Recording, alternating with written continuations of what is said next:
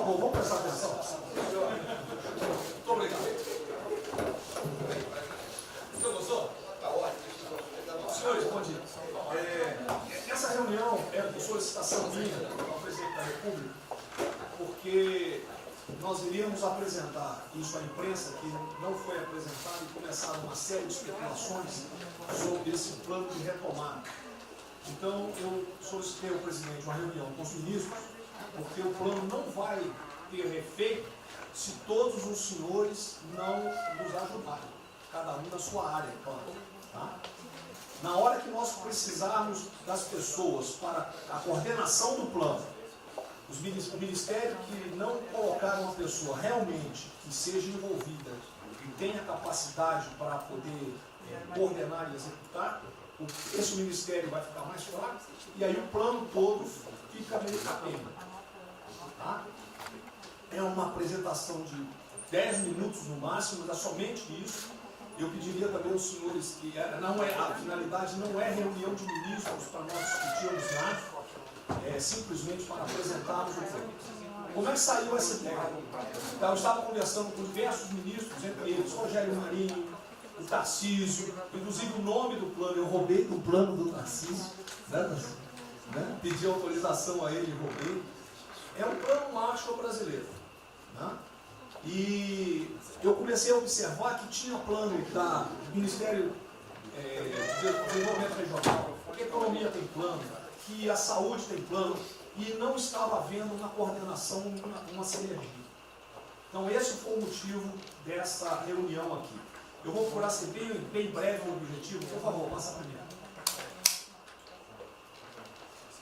Muito bom. Passou tudo, acabou. Então vamos acabar. Você está no fim, está errado, cara. Passa primeiro, muito bem. Os senhores podem observar o seguinte. Eu conversei com o presidente. O problema, nós estamos invertendo a questão de uma lógica de raciocínio. Nós temos um problema, né? Nós temos esse problema, temos que ver quais são as consequências negativas desse problema. Todo mundo sabia, sanitárias e econômicas. Ninguém tem dúvida, com reflexo em todos os ministérios. Mas o foco não é na solução do problema. O foco hoje, de uma maneira geral, é quem é o culpado. Tá? E nós queremos recolocar, vamos dizer assim, readequar isso aí para como o governo deve reagir a esse problema para achar uma solução para as duas consequências negativas que ocorrem. Próximo. Então, é um programa. O programa se chama Pro Brasil. Tá? Dou crédito ao azar do Tarcísio por ele ter conversado comigo. Eu gostei e roubei. Né? Pro Brasil é um programa para integrar, aprimorar ações estratégicas. Os senhores vão ver que o foco, ele não é de governo, ele é de Estado. Eu estou tentando fazer uma projeção de 10 anos. Tá? Nós vamos ter que fazer isso. Para a retomada do crescimento socioeconômico em resposta aos impactos relacionados ao coronavírus. Tá? Pode passar. As dimensões do programa são essas aí. Tá? Ele pega um modelo de governança, ele busca melhoria da produtividade, investimentos estruturantes e ações estratégicas do setor público. Vai. O programa se divide em duas etapas, ou duas partes. O Pro Brasil, deixa eu ver aqui que eu não estou conseguindo enxergar, Ordem, e o Pro Brasil Progresso. Tá? O Pro Brasil Ordem, que você não imprimiu para mim, que eu agradeço. Não, botou na página errada. Ele pega um arcabouço normativo, ele trata, essas são as medidas estruturantes dele. Vai ter que ter um arcabouço normativo, investimentos privados, segurança jurídica, jurídica e produtividade, melhoria no ambiente de negócios e mitigação dos impactos socioeconômicos. Na parte de investimento, ele foca em obras públicas, parcerias do setor privado. Esse programa também ele tem um foco na redução das desigualdades regionais. Tá? tem um foco na redução das desigualdades regionais. O Cid está com o dedo errado aí. E só um segundo, por favor. Pode passar, por favor, Cid. Qual é a abrangência do programa? Os senhores podem observar que ele tem uma parte de infraestrutura, ele tem ações viabilizadoras e tem ações de apoio na lateral. Como é que é o nome mesmo? Facilitadoras. Então, observe, na infraestrutura, com foco particularmente nessas obras que estão paralisadas, esses investimentos que nós estamos perdendo, que estão paralisados. Ele pega infraestrutura de transporte e logística, desenvolvimento regional e cidades, pega energia, mineração, telecomunicações. No desenvolvimento produtivo, ele foca na indústria, agronegócio, serviços e turismo. Nas laterais, os senhores têm a parte de cidadania, capacitação, saúde, defesa, inteligência e segurança. Tem também cadeias digitais, indústria criativa e ciência. E nas viabilizadoras, que são transversais em toda a parte do programa, nós temos finanças e tributação, legislação e controle, meio ambiente e a parte institucional e internacional. Qual é o nosso time frame que nós estamos pensando aí? A estruturação do programa. Eu preciso que os senhores, nós vamos fazer uma reunião, como os senhores podem ver. É a primeira reunião do grupo de trabalho, tá? Com todos os ministérios envolvidos. Na sexta-feira agora, tá? Os senhores vão receber o horário. E aí nós teremos de maio a julho a estruturação do programa. De agosto a setembro, o detalhamento do projeto. A partir de outubro, implantação em larga escala, tendo um foco prioritário naquelas ações que têm uma resposta mais imediata. Porque o brasileiro é o seguinte, na hora que nós lançarmos o programa, eles vão começar a cobrar resultado. Tá? Então eu tenho que ter alguma resposta para o público. E a efetividade dos processos de monitoramento, na realidade não está no final, ele está durante todo o processo. Tá? Passa mais um, sim. Volta. Aí.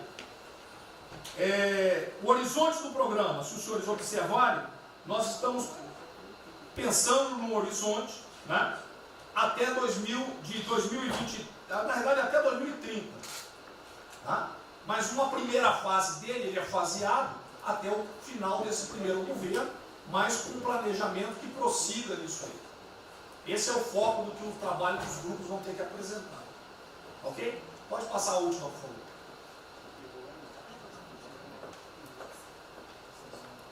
É sem som mesmo. Certo? Só um layout para os senhores.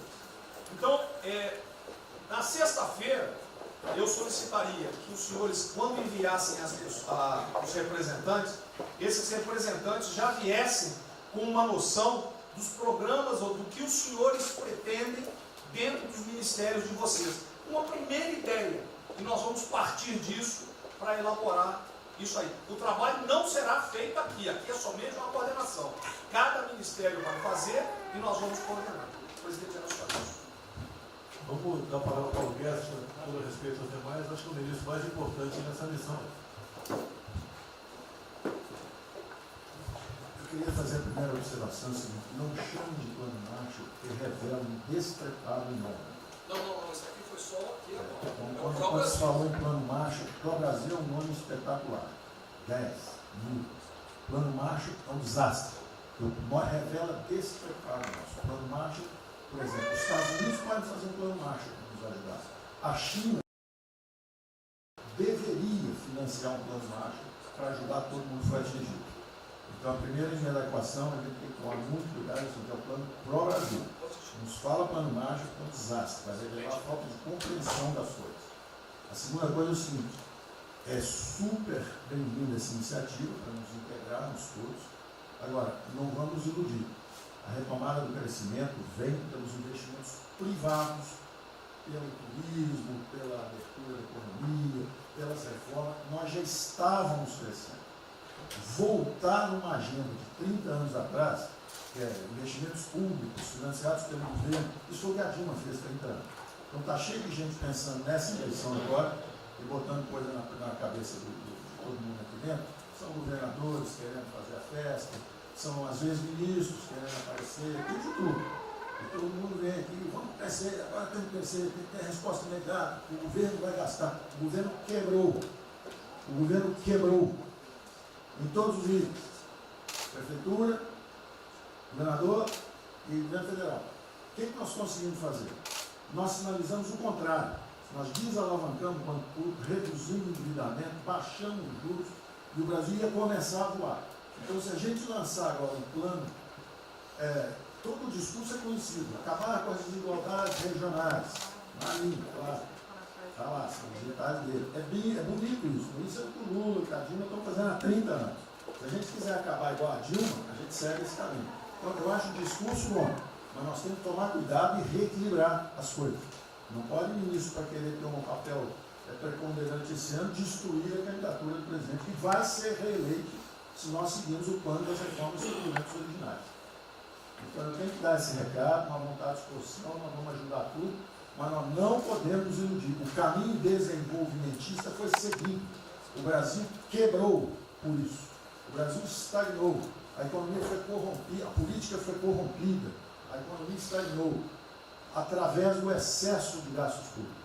Então, achar agora que você pode se levantar pelo suspensório, como é que o governo quebrado vai investir, vai fazer grandes investimentos públicos? Tarcísio sabe disso, conversando sempre. Tarcísio sabe o seguinte: quanto é que você consegue, Tarcísio, passar de 5 bi para quanto? Para 15, para 20, para 30? Multiplicou por 6. Quanto é que você consegue de investimento em concessões? 250. Tá certo? Então, ó, tem 100 bilhões vindo para saneamento. Tinha 100 bilhões que viriam, as 17 maiores petroleiras do mundo viriam para a nossa seção onerosa. 100 bilhões de seção onerosa, 100 bilhões de mineração, 100 bilhões de saneamento, 230 bilhões de concessões, 500 bilhões. Cadê o dinheiro do governo para fazer isso? Não tem. Então, quem está sonhando é sonhador. A gente aceita. Politicamente, a gente aceita. Vamos fazer todo o discurso da desigualdade, vamos gastar mais, precisamos eleger o presidente. Mas o presidente tem que pensar daqui a 3 anos. Não é daqui a 1 ano, não. Tem muita gente pensando na eleição desse ano. É só a observação que eu faria. Eu estou fora de eleição, só um minutinho. A ideia aqui, ninguém falou em investimento público por enquanto. Inclusive, nós falamos ali em investimento, falamos inclusive em investimentos privados. O que tem que acontecer é o seguinte: eu estou vendo um plano de pouca gente, nós temos que centralizar a imprensa, a economia, falar exatamente o que pode, o que não pode. Fundamental a coordenação. Até para isso na imprensa que está saindo. Que são na imprensa assim, plano Marshall e economia está fora. Quer dizer, alguém foi para a imprensa e falou: vê o plano Marshall ali, a economia está fora. Quer dizer, enfraquecer o nosso discurso no momento desse é uma tolice, é um atentado contra nós mesmos. Questão da imprensa, eu acho que eu resumi hoje dentro do palácio 20 segundos. Eu não vou falar com vocês, que vocês não deturpam, vocês inventam e potencializam. Tem que ser o papel de cada um, não pode um sair daqui no cantinho, foi mais ou menos. Não pode falar nada, tem que ignorar esses caras, 100%. Senão a gente não vai para frente. Tem que estar sendo pautado para esses pulhas, o tempo todo jogando um contra o outro. É a Pedro Cristina contra mim, não pode jogar a Pedro Cristina, joga ela contra mim, o tempo todo. Tá? Então, se a gente puder falar zero com a imprensa, é essa aí. Bom, eu vou ser muito rápido aqui, general. Primeiro, parabéns. É fundamental esse processo de coordenação e de centro de governo. Nós precisamos ter isso cada vez mais aprofundado e com melhor qualidade. Segundo, eu quero, não precisa, mas eu quero me somar a essa visão do ministro Paulo Guedes, porque vamos lá. Nós recebemos o governo com 36 mil obras paradas. Oriundas da onde? Do PAC. Só para lembrar. O Abraão tem não sei quantas mil creches. 3 mil creches paradas que somam nessas 36. Então, o que nós trouxemos para o Brasil e como é que nós começamos o ano, e eu vou lembrar, presidente, o senhor sempre disse, é muito triste ver um brasileiro chegar no exterior e ser recebido com o manto da desconfiança. Pois nós passamos, Paulo Guedes, o ano todo, Tarcísio, Tereza, Bento, o nosso ministro Marcos Pontes e outros, andando pelo mundo e fazendo o quê? Vendendo o Brasil. Terminamos o ano, lembra do número, 482 bilhões de investimentos para os próximos 20 anos. Uma boa parte, mineração, petróleo, por aí vai. Recebemos 90 bilhões de bônus de outorga. Nós temos 10 bilhões de dólares do governo da Arábia Saudita que precisa definir onde é que vai votar. Mas o príncipe autorizou. São 50 bilhões de reais. A dinheiro de hoje. Então, eu tenho convicção de que nós temos que continuar fazendo o que a gente vinha fazendo. Ou seja, aprofundando a participação da sociedade. Nós temos uma coisa emblemática aqui, que é a Lei da Liberdade Econômica, que pela primeira vez na história do Brasil, desde que o Brasil é Brasil, o cidadão diante do Estado tem razão, até que o Estado prova o contrário. Foi isso que fez os americanos, que há 200 anos atrás eram muito mais pobres do que nós, ser muito mais ricos do que nós. Então, o aprofundamento são sim das reformas, é sim ousar e ter uma reforma tributária que baixe o imposto no Brasil, reduz a carga tributária, estou falando sério. A gente nunca discutiu isso entre nós, mas isso tem que caminhar para isso. Por quê? Porque aí nós damos fôlego à iniciativa privada para que ela faça o que tem que fazer e nós vamos ser mediadores desse processo. Apenas. E sinceramente, eu acho que todo o nosso esforço nos próximos dias tem que ser como é que nós mantemos a nossa linha, porque nós terminamos o ano, ministro Ernesto, ministro Tarcísio. O senhor foi recebido na associação, na Federação das Indústrias Alemãs com um slide que mostrava a 163 para os caminhões atolados e a 163 pavimentado.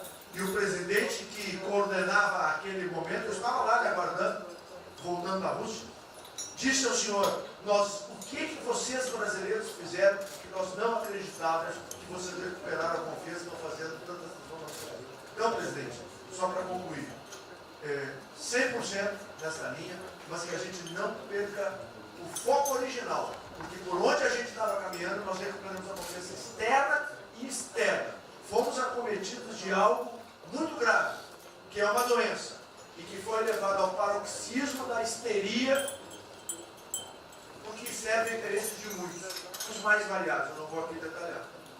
Mas, sinceramente, temos que rapidamente voltar ao que nós estamos fazendo, porque nós estamos no caminho certo, e a prova disso é que todo mundo voltou a olhar o Brasil como esse. Bom, eu vou partir do princípio que todos que estão aqui são bem intencionados e querem bem no Brasil. Tá? Então, nós não acreditamos em teoria da conspiração e que ninguém quer só lavar os alicerces da República nem abalar a administração do presidente Bolsonaro. Eu quero lembrar a todos que não existem verdades absolutas. Por favor, vamos refletir. O que está acontecendo hoje no mundo não tem parâmetro nos últimos 100 anos. O que está acontecendo hoje no mundo vai permitir, de acordo com a FMI, que foi a previsão de uma semana atrás, de uma diminuição de quase 3% do PIB mundial, no caso do Brasil, de mais de 5%. Não tem paralelo. Em situações extraordinárias, remédios extraordinários de forma circunstancial. Isso não significa que nós tenhamos a necessidade de implantarmos uma política permanente. O ministro Braga Neto, na sua apresentação, ele estabelece, inclusive, um limite temporal e deixa claro que é uma política de Estado. O que eu peço é que nós tenhamos aqui as mentes abertas e que os dogmas, quaisquer que sejam eles, sejam colocados de lado nesse momento. Porque os governos do mundo, certamente, têm a capacidade de entender o que está se passando. Eu tenho visto governos extremamente liberais, preparando programas de reconstrução, levando em consideração a necessidade de que o Estado Estado Nacional passa a ter um papel diferente como tomador de risco nesse momento em que há uma queda abrupta da liquidez. O ministro Onyx fala com muita propriedade da Arábia Saudita nos 10 bilhões de dólares. É bom lembrar, está aqui o ministro Bento, que está se pagando para se retirar petróleo do mundo. Os países vão utilizar suas respectivas liquidez para resolver os seus problemas de infraestrutura e de retomada das suas economias. Nós temos que ter segurança jurídica, Sr. Presidente, respeito a contratos, Sr. Presidente, capacidade de alavancar recursos privados com a inversão de recursos públicos, sim. É bom lembrar que eu tenho ouvido falar, não sei se é verdade, depois vai colocar na ponta do lápis, que a gente pode chegar a 600 bilhões de reais esse ano de ajuda a empresas e a pessoas físicas. Recursos do governo federal, fruto de endividamento do governo, desse governo, que vai terminar o ano com um déficit 4, 5, 6 vezes maior do que estava precificado no início do ano. Caiu um meteoro sobre as nossas cabeças. Então, por favor, nós não podemos começar a discussão com verdades absolutas e com dogmas estabelecidos ao longo de 100 anos, em função de uma catástrofe que se abateu sobre o mundo, e os governos de todo o mundo estão se debruçando sobre o assunto, entendendo que muda o papel do Estado. Senhor Presidente, é bom lembrar que quando houve a unificação da Alemanha, eu acho que esse é um fato histórico irrefutável, o Estado alemão entendeu e fez um pacto de que haveria necessidade de investir em capital humano e infraestrutura na Alemanha Oriental para diminuir desigualdades regionais. E esse é um pacto do Brasil. Essa pode ser uma catástrofe que vai nos afundar, ou pode ser uma onda para a gente surfar, uma alavanca para reparar o país. Todos os países do mundo estão submetidos ao mesmo processo. Vai depender da nossa capacidade de termos uma opção clara de que forma vamos sair desse problema.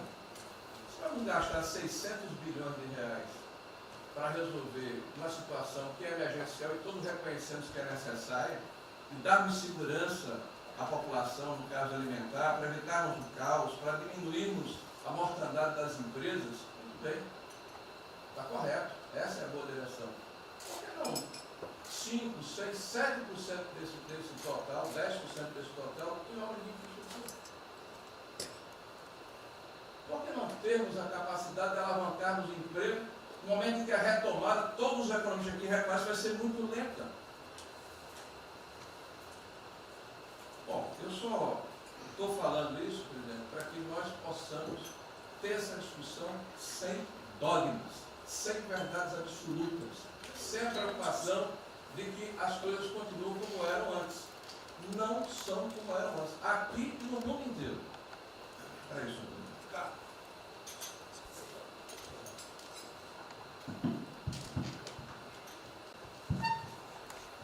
Presidente, estava assistindo atentamente a apresentação do colega Wilson Braga Neto.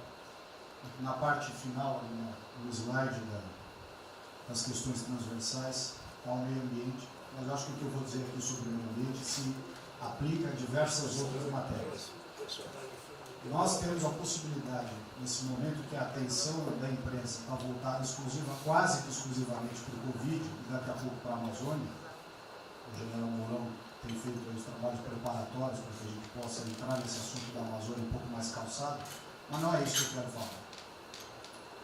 A oportunidade que nós temos, que a imprensa não está nos dando um pouco de alívio nos outros temas, é passar as reformas infralegais de desregulamentação, simplificação, todas as reformas que o mundo inteiro, nessas viagens que se referiu ao Mix, certamente cobrou dele, cobrou do Paulo, cobrou da Tereza, cobrou do Tarcísio, cobrou de todo mundo, da segurança jurídica, da previsibilidade, da simplificação.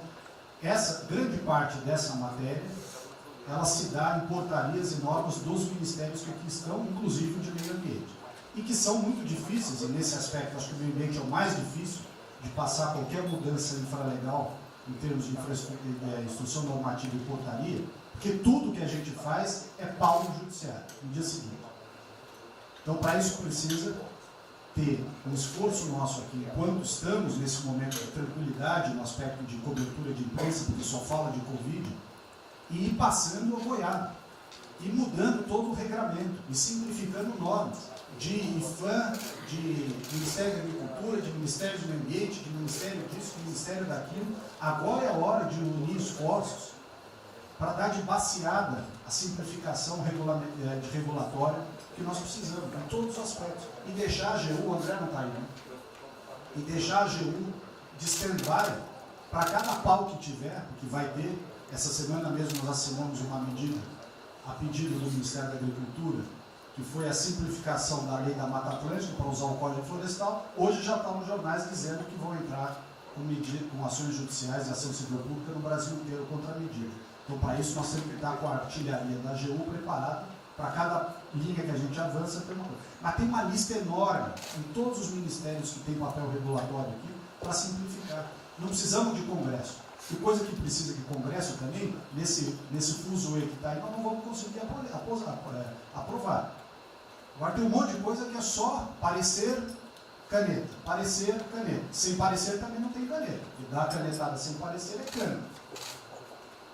Então, isso aí vale muito a pena. A gente tem um espaço enorme para fazer. Enfim, acho que essa é uma questão importante que estava aí nos slides, Você vê que a jurídica também está embaixo. Isso, exatamente. Só para os senhores entenderem o seguinte, isso aqui é coordenação dos planos que eu sei que todos estão fazendo. Tá? Coordenação. O que vai ser possível executar ou não, vão entrar nas limitações que nós temos, e o que tiver conflito será levado à decisão do presidente. Agora, nós temos que andar com isso rápido, porque a queda do desemprego, o país está sem esperança, nós temos que fazer isso andar. O pessoal da iniciativa privada está nos procurando, a gente tem que dar um rumo nisso aí. Bom, a ideia é essa. Me ligou agora de manhã o Eduardo Gouveia Vieira, da Fiujan. Ele quer fazer uma videoconferência onde mais de 300 empresários do Rio, que é um pouquinho abaixo do potencial de São Paulo, para hipotecar solidariedade. A ideia que nós temos de reabrir o comércio. A desgraça que vem pela frente, eu acho que o Paulo vai fazer até legal, Paulo. Eu não sou economista não. Vai ser uma porrada muito longa, você pode imaginar. Não só apenas nos informais. Eu acho que bateu a 10 milhões de carteiras assinadas por saco. E os governos estaduais não têm como pagar salário. Não tem. Maio, metade do estado não tem mais como pagar salário mais. A desgraça está aí. Eles vão querer empurrar essa trozoba para cima da gente. Esse pessoal aqui do lado vai querer empurrar. E a gente vai reagir, porque aqui não é saco sem fundo. Tá?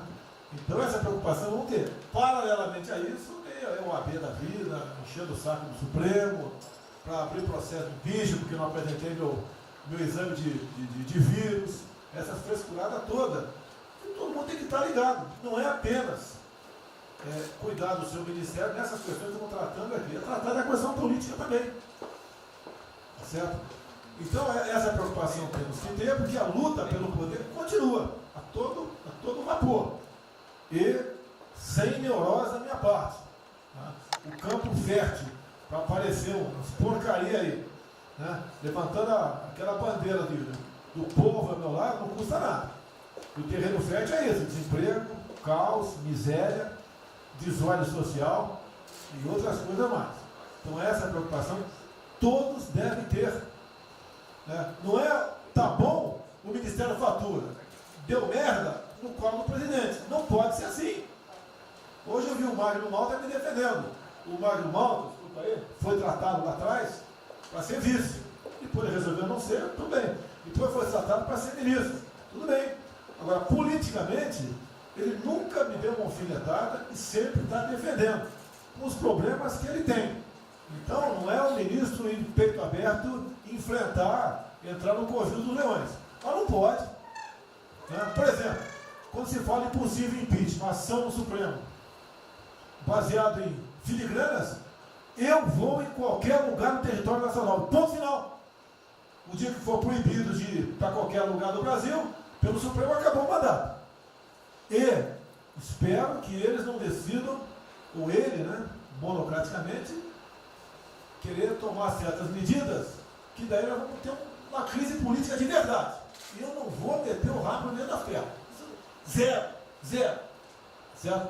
Porque se eu errar, se achar um dia ligação minha com o empreiteiro, dinheiro na conta nas ruas, porrada, sem problema nenhum. Vai para o impeachment e vai embora. Agora, com frescura, com babaquice, não. Até em cima do que eu falei, em frente ao Forte Apache. Eu sou o chefe supremo das Forças Armadas. Ponto final. O pessoal estava lá, eu fui lá, dia do Exército. E falei algo que eu acho que não tem nada demais. Mas a repercussão é enorme. Oh, AI-5. Cadê o AI-5? Acabou, o AI-5 não existe adicional no Brasil mais. É uma besteira. Artigo 142. É um pessoal que não sabe interpretar a função. Agora, em cima disso, fazer uma onda. Vamos ouvir deputados, empresários, seja o que for. Agora, quando a Câmara fala lá dentro, uma homenagem a Che Guevara, a Mao Tse Tung e tudo mais, não tem problema nenhum. Quando o Partido Comunista do Brasil faz suas convenções e do lado lá, Fidel Castro, então não tem problema nenhum. Quando um coitado levanta uma placa de AI-5, que eu estou me lixando para aquilo, não existe AI-5. Não existe. Artigo 42. Nós queremos cumprir o artigo 42, todo mundo quer cumprir o artigo 42. E haver necessidade, qualquer dos poderes pode, né, pedir às Forças Armadas, né, que intervenham para restabelecer a ordem no Brasil, naquele local, sem problema nenhum. Agora, todos, né, têm que se preocupar com a questão política e aquele direito, tira a cabeça da toca, porra. Não é só ficar dentro da toca o tempo todo, não. Estou bem, estou cuidando da minha imagem, a minha imagem está aqui, eu sou bonitinho, e o requisito todo, não, tem que fazer essa parte. Então é isso que eu tenho que falar com você, que depois de um certo momento, onde chegar a cabeça dessas pessoas, fica difícil voltar atrás. Daí que é uma crise, é uma crise. Não tenho amor por esse mandato, para a cadeira de presidente. Zero. Não vou provocar ninguém. E assim como a defesa faz uma nota muito boa, dizendo que vai cumprir a Constituição, a liberdade, 10, né, e não aceita golpe, 10, também não aceita o contra-golpe dos caras, porra. Vai deixar alguns malucos aí, que sabe quem são, ficar aí naquela fervura de o presidente é irresponsável, ele é maluco, ele é genocida. Não é assim. O que vale para um lado, vale para o outro. O que não vale para um lado, não vale para o outro. Essa é a nossa preocupação que devemos ter. Por isso que está aqui o pró-Brasil, mas também com a questão política. Se nós começarmos a falar com propriedade, e tem muita gente que fala muito melhor do que eu, e tem um conhecimento muito melhor do que eu, tem que falar, discretamente, mas tem que falar, para não deixar subir a temperatura, que é só porrada o tempo todo em cima de mim.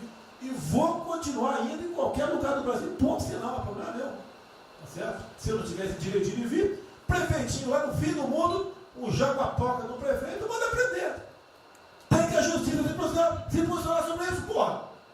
Tem que se posicionar sobre isso abertamente. Não admitimos prisão por parte do prefeito no decreto. Tem que falar, não é ficar quieto. E quem direito aqui, todos têm que falar isso aí, não é só a justiça. Todos têm que falar.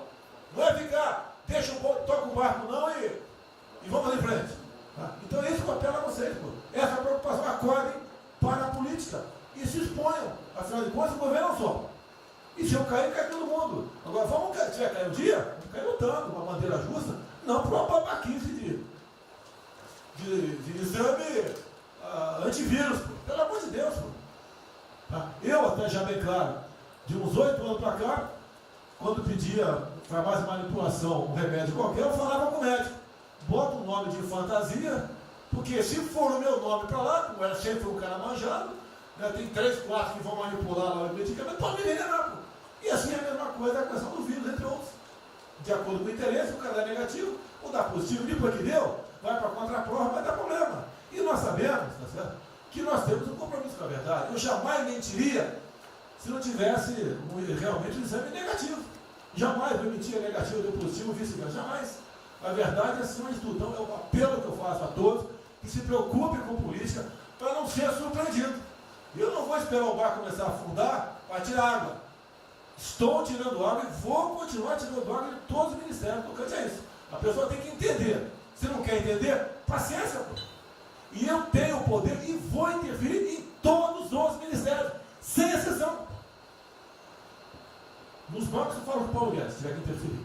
Nunca tive problema, zero problema com o Paulo Guedes. Agora os demais, vou. Eu não posso ser surpreendido com notícias. Eu tenho a PF que não me dá informações. Eu tenho as inteligências das Forças Armadas que não têm informações. A BIM tem seus problemas. Tem algumas informações. Só não tenho mais porque está faltando, realmente, temos problemas. Aparelhamento, etc. Mas a gente não pode ver essa informação. Quem é que nunca ficou atrás da porta ouvindo que seu filho ou sua filha está comentando? Tem que ver, depois que ela engravida, não adianta falar com ela mais. Tem que ver antes. Depois que o moleque encheu os conos de droga, não adianta mais falar com ele, já era. A informação é assim. Eu estava vendo, estudando esse fim de semana aqui, como é que o serviço chinês secreto trabalha nos Estados Unidos. Qual a preocupação nossa aqui? É simples o negócio. Ah, não deve falar publicamente. Deve falar como? Está todo mundo vendo o que está acontecendo?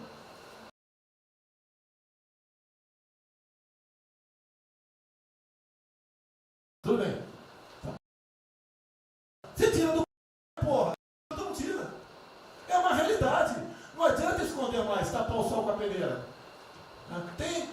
Vai em alguns ministérios, tem gente descontada aqui dentro. Então não quer zero. Precisamos dele para vender? Sim, isso precisa também de nós. Que se não precisasse, não estaria comprando a soja da gente, não. Precisam. E é um negócio, pô. E devemos aliar com quem tem alguma afinidade conosco, para a gente poder fazer valer a nossa vontade naquele momento. Não adianta se esconder aqui, depois tem um problema, daí liga para o tio, fala, pô, cara, você me ignorou até hoje? Você só não me chamou de imperialista, igual a esquerdalha e o FHC falava no passado. No resto, agora não dá mais. Então essa é a preocupação que temos que ter, a questão estratégica, que não estamos tendo. E me desculpe, o serviço de informações nosso, todos, são uma vergonha, que eu não sou informado. E não dá para trabalhar assim, fica difícil. Por isso, vou interferir. E ponto final, pô. Não é ameaça, não é extrapolação da minha parte, é uma verdade. Como eu falei, né? Deus ministério para os senhores. O poder de veto. Mudou agora, tem que mudar.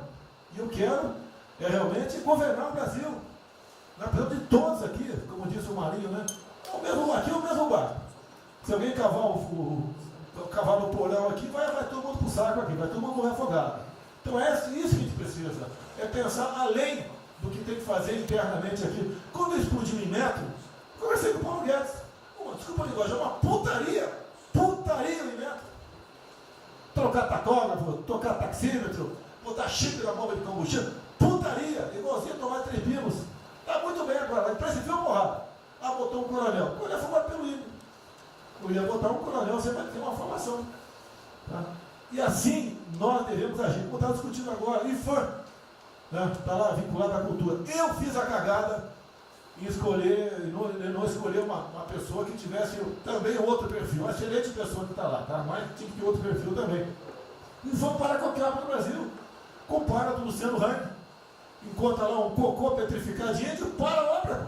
Para a obra. O que tem que fazer? Alguém no IFAM que resolva o assunto. E assim nós temos que proceder. E assim, cada hora, como eu falei da Tereza Cristina, que mudou a questão normativa, revogou a questão normativa, ajudou 400 mil pessoas no Vale do Ribeira, parabéns. Assim são outras decisões. A questão de armamento, tá? As questões de... por quê? Espera aí. Ministro da Justiça, por favor. Foi decidido há pouco tempo que não podia botar algema em quase ninguém. Por que estão botando algema em cidadão que está trabalhando, ou mulher que está em praça pública, e a justiça não fala nada? Tem que falar, pô! Vai ficar quieto até quando? Ou eu tenho que continuar me expondo? Tem que falar, botar para fora, esculachar. Não pode botar algema. Decisão do próprio Supremo. E vão ficar quietos até quando? Fica humilhando o nosso povo, porque isso está crescendo. O pessoal fica apontando para mim, votei em você para você fazer alguma coisa. Votei em você para você tomar decisões, para você brigar. E é verdade. Eu estou me lixando com a reeleição. Eu quero mais que alguém seja eleito, se eu vier candidato, tá? Eu quero ter paz no Brasil, mais nada. Porque se for na esquerda, uma porrada de vocês aqui tem que sair do Brasil, que vão ser presos. E eu tenho certeza que vão me condenar por homofobia, 8 anos por homofobia. Ele inventa o racismo, que não inventaram agora por Von Traub. Desculpa usar a puta que eu pariu. O Von Traub pode ter falado uma merda do mundo, mas racista? Vamos ter que reagir, pessoal. É outra briga. Tem que ser um governo com altivez. Se expor, mostrar que nós temos o povo do nosso lado. Que nós somos submissos ao povo. Nós queremos realmente, como disse, se não me engano, Margaret Thatcher, né? O Reagan, não sei, para ser conduzido pela povo brasileira, ponto final. Onde o povo está, vamos estar juntos. Eu não convidei ninguém para ir para frente do Forte Apache. Ninguém, zero. Estava na casa do meu filho, fiquei sabendo, vou para lá. A empresa está falando agora que não sei, 2 ministros militares aí não aceitaram meu convite. O dia que ou eu convido o ministro para o churrasquinho em casa, eu pago a missão. Eu vou pagar a missão. A missão for absurda, o ministro falou, tchau, tô fora.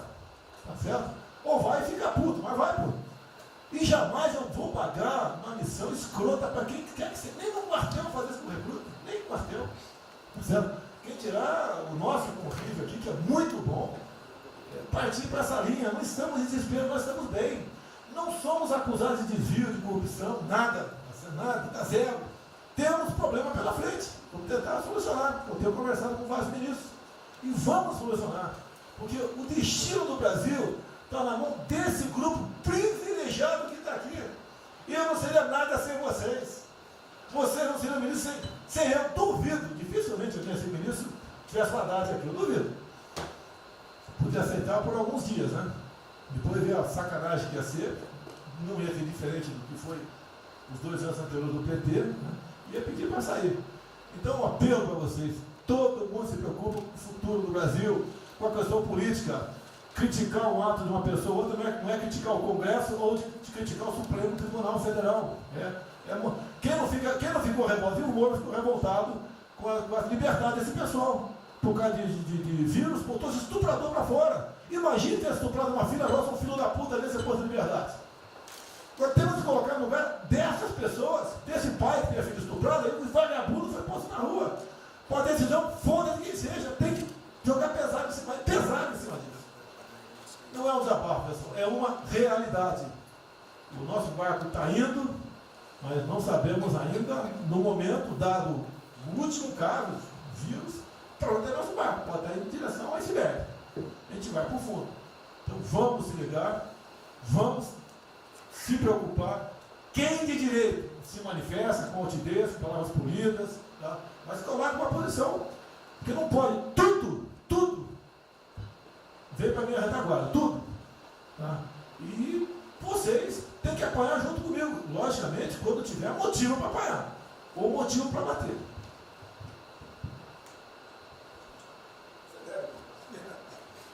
Não, eu já caí.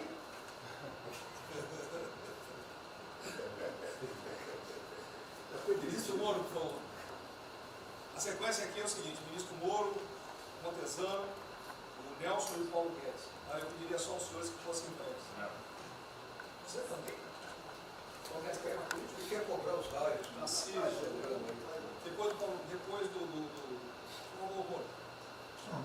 Bem, a primeira questão do plano ali que foi apresentado, fica aqui o registro do meu elogio, certo que ele tem que ser preenchido aí nos detalhes, existem as questões econômicas a ser resolvidas lá pelo Ministério da Economia, a ser trabalhado também com as outras áreas econômicas. Só faria uma sugestão aqui, ministro, se pudesse colocar desde logo, em algum momento desse plano, alguma referência importante também à segurança pública e a controle da corrupção. Foram 2 temas centrais, né, nas últimas eleições, e são 2 temas que, embora, claro que o plano vai ficar sujeito aí ao detalhamento necessário, mas acho que é importante ter uma referência inicial para não parecer que nós estamos descurando desses aspectos específicos. Nós não entramos em detalhes, porque isso aqui, os senhores viram que todos os ministérios praticamente responderam, isso aí para mim viria no detalhamento do Ministério. Mas eu acho que politicamente cabe. Não, sim. Não, eu entendo que cabe no detalhamento, mas acho que uma referência. Bom, a gente né, seria interessante. Tem que apontar também que foi uma vitória do governo, do presidente. No ano passado houve uma queda expressiva desses principais indicadores criminais. Isso, embora seja mais vinculado com a questão da vida e segurança das pessoas, também é um fator importante para o investimento econômico, para também melhorar o ambiente econômico. E o controle da corrupção também é pressuposto. Né? Então, faria exclusivamente essa sugestão específica. Muito obrigado. Já está anotado. Montezano, Ministro, primeiramente, parabéns.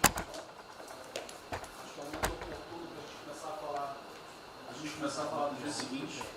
O próprio ministro Guedes, nas discussões que temos tido nas últimas semanas, tem nos orientado. O BNDES foca na reconstrução, foca no dia seguinte, porque a crise de saúde vai demorar alguns meses e a reconstrução muito mais meses do que isso. Então é muito oportuno a gente já começar a discutir isso.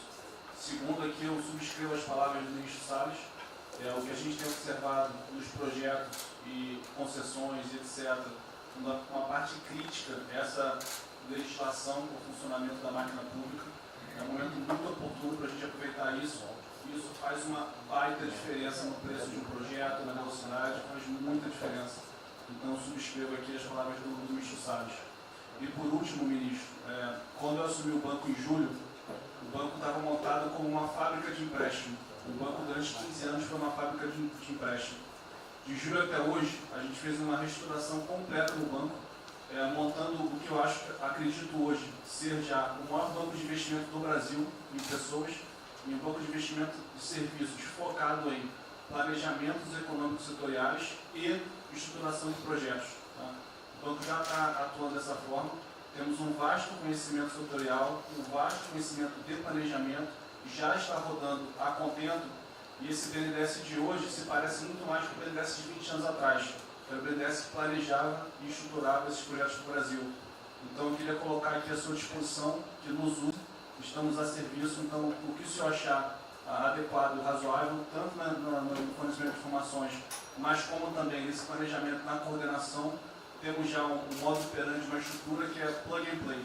Se o senhor quiser usar, já está pronta para rodar para esse tipo de mapeamento e estruturação de projeto. Então, por favor, sinta-se bem à vontade de nos usar integralmente aqui na coordenação desse projeto, caso o senhor entenda adequado. Tá?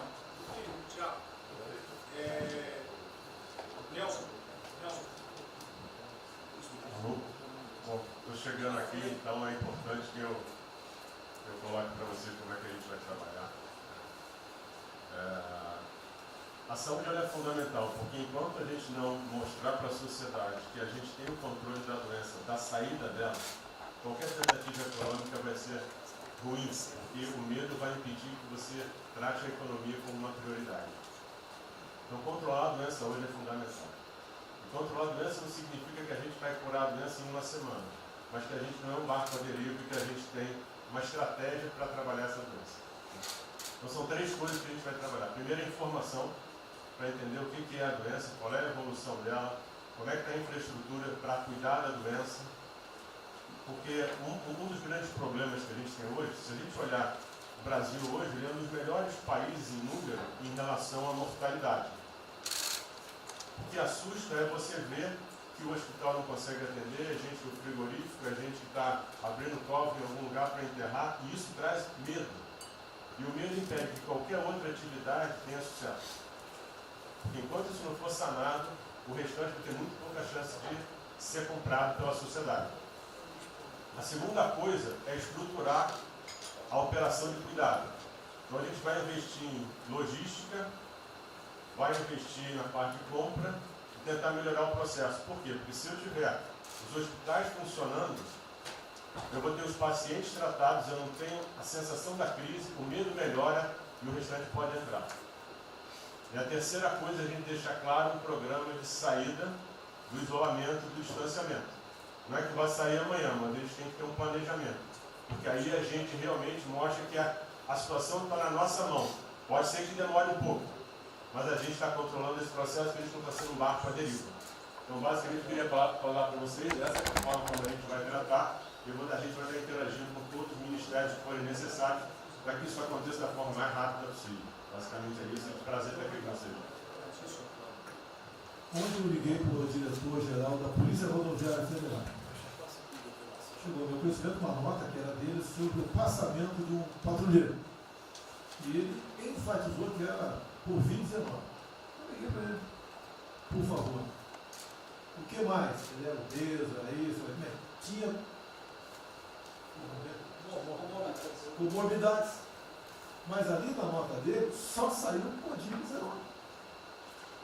Então vamos alertar aquele direito do respectivo ministério, pode botar Covid-19, mas bota também, fibrose, um montão de coisa, não pensa nesse negócio, tem um montão de coisa lá. Para exatamente não levar um medo à população. E que olha, morreu um sargento do exército, por exemplo. A princípio é um cara que está bem de saúde, né? Um policial federal, né? Seja lá o que for. E isso daí não pode acontecer. Então, pede esse cuidado dos colegas, né? Aquele direito do respectivo ministério, que tem alguém encarregado disso, né? Tomar esse devido cuidado para não levar mais medo ainda para a população. Você perguntou, aí perguntou quanto tempo levaria para mostrar o plano, alguma coisa. Eu acredito que. Nós já conversamos hoje. Não, nós já conversamos hoje sobre isso. O COP está montando junto com a saúde. Tá? Eu não posso dizer. A gente está trazendo recurso para poder acelerar esse processo, porque na verdade a gente está correndo muito tempo. Enquanto a gente não conseguir controlar a percepção que a gente hoje tem condição de cuidar das pessoas, vai ser difícil. Né? E o problema da doença é que você pega um sistema que, se você falar em eficiência, os hospitais têm que ser eficientes. Então, quando você fala em eficiência, você vai quase no limite do cuidado. Você não tem sobra, você não tem gordura. Quando você pega uma doença que chega, que é muita gente ao mesmo tempo, você não consegue ter agilidade para preparar o sistema para cuidar dela. E a gente tem um problema adicional que a gente tem que tomar cuidado, que é o seguinte: quando você tem os hospitais com você tem muita gente falando de Covid, os hospitais estão diminuindo muito o atendimento, o que significa que eles vão ter problema financeiro. Se isso prorroga, esses hospitais vão ter cada vez mais dificuldade, você vai poder ter um hospital mais sucateado, um hospital fechado. O que está acontecendo hoje? Vamos botar em números hoje. A gente tem 4 milhões de pessoas hoje com a Covid. O Brasil hoje tem 212 milhões de pessoas. Tem 208 milhões que não estão tendo a atenção necessária. Você tem câncer, cardiovascular, isso tudo está represado, a demanda é reprimida. Quando você controlar a Covid, o não Covid vai chegar com tudo. Você pode pegar uma estrutura sucateada. Aí você só vai transferir o problema primeiro, que vai ser o medo da Covid e o medo da não Covid. Então a gente tem que estar preparado para isso tudo. Então não é só trabalhar o curtíssimo prazo, a gente tem que preparar para essa segunda fase que vai chegar também. Isso tudo a gente está fazendo, só para vocês saberem que a gente está pensando nisso tudo, só para vocês saberem que está tudo trabalhando. Por favor, o ministro Tarcísio, eu pediria aos senhores que fossem bem breves. Não, já não tem jeito.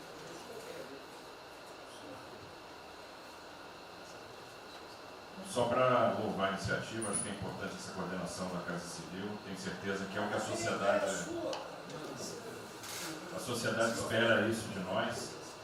A boa notícia é que a gente vem conversando com os investidores, eles estão interessados no nosso programa de concessão. Claro que a gente vai ter que ajustar alguma coisa nos projetos em função da percepção do nível de risco. E a gente vai fazer isso calibrando taxa de retorno, monitorando melhor agora a questão da demanda, né, reestimando a demanda nos projetos, mas a gente tem certeza que os projetos vão sair. Qual o cuidado que a gente tem que ter? A gente fala em 250 bi de investimento, só que concessão funciona o seguinte: o que a gente contratar agora vai gerar investimento em 2023, 2024, não é imediato. E a gente vai precisar de fazer alguma coisa imediata, e aí tem que ter a inteligência, porque também não adianta. Isso, me dá lá 30 bi por ano, não vou gastar, eu não vou usar. Eu não vou ter condição de usar isso. Né? Porque nos períodos altos lá que a gente executou mais, a gente consegue ali ter uma capacidade operacional de executar 13, 14 mil, não mais. E a gente já tem 8 de orçamento por ano. Então, no final das contas, a gente fazendo as contas e vendo o que nós já temos de projeto pronto, o que é necessário, que agrega valor imediato. É um 35 Maranhão lá, que leva a safra para o Porto de Itaqui, que se acabou. Ali eu posso fazer uma intervenção imediata. E o que a gente vai falar? Estou falando de pegar os 8 que a gente tem e agregar mais 3, mais 4. É essa a conta. Eu acho que isso é realmente necessário para gerar emprego, para dar a resposta que a sociedade está querendo e conjugando investimento privado. As duas coisas têm que andar juntas, né? E aí nós vamos dar um bom retorno. A gente está vendo aí o esforço que o BNDES está fazendo, acho que está fazendo um trabalho magnífico, trazendo o banco, trazendo o privado, o sindicato de bancos, para assumir uma responsabilidade que é deles também. O Banco Central injetou um monte de liquidez aí no sistema, para o dinheiro não ficar empossado, e aí preservando o caixa para atuar, né, nesses projetos de infraestrutura que vai ser fundamental. Então, eu acho que é essa linha que nós precisamos ter, né?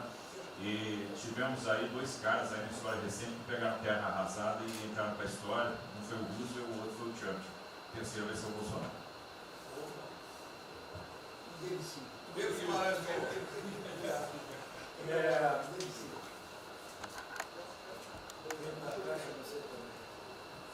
Peço aos senhores que sejam breves.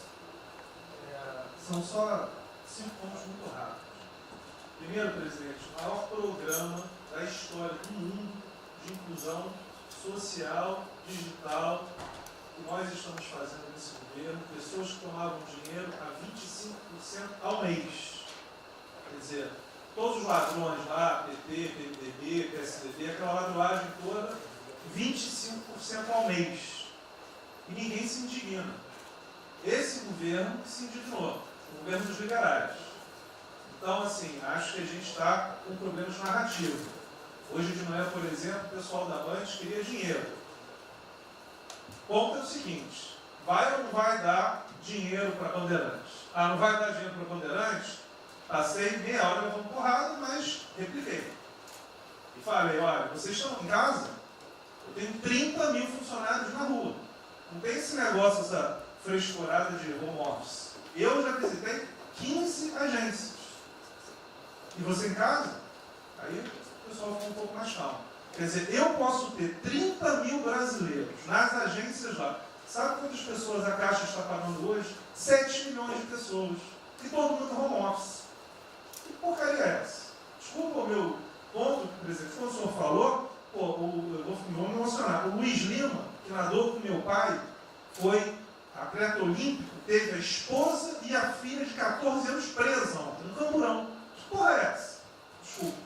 Que porra é essa? O cara vai pro Camburão com a filha, que se fosse eu, ia pegar minhas 15 armas e ia dar uma... Eu ia morrer. E se a minha filha fosse pro Camburão, eu ia matar ou morrer. Que isso? Estava nadando, é uma atleta olímpica. Você tira a pessoa está nadando com 14 anos. Eu tenho uma filha Maria de 14 anos. Se a minha filha fosse pro Camburão, ou eu matava ou morria. Que isso? E a esposa do Luiz Lima nem usou o fato de ser esposa de um deputado federal. Mas assim, foi calado, saiu é calado. aquele governador roubando para direito, está tudo quanto é lado. Então o governador rouba, aí ele sai prendendo todo mundo e fica tudo isso por isso mesmo. Aí a gente faz o maior programa da história da humanidade de inclusão de pessoas que recebiam 25% ao mês, cobrado.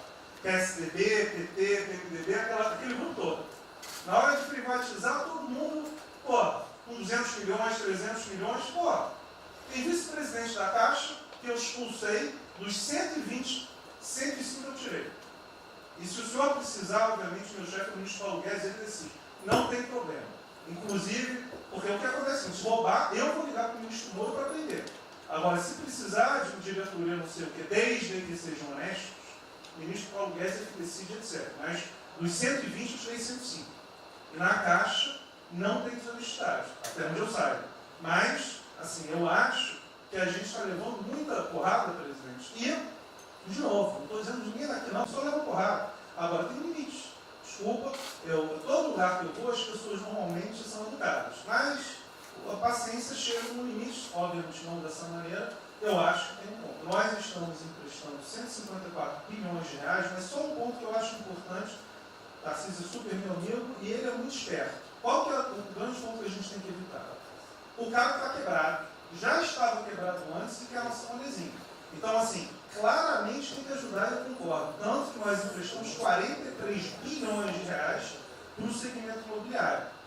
1,5 milhão de pessoas deixaram de ser demitidas. Agora não é para todo mundo, não. Aquela empresa que já estava quebrada antes, por que a gente vai dar uma lesinha?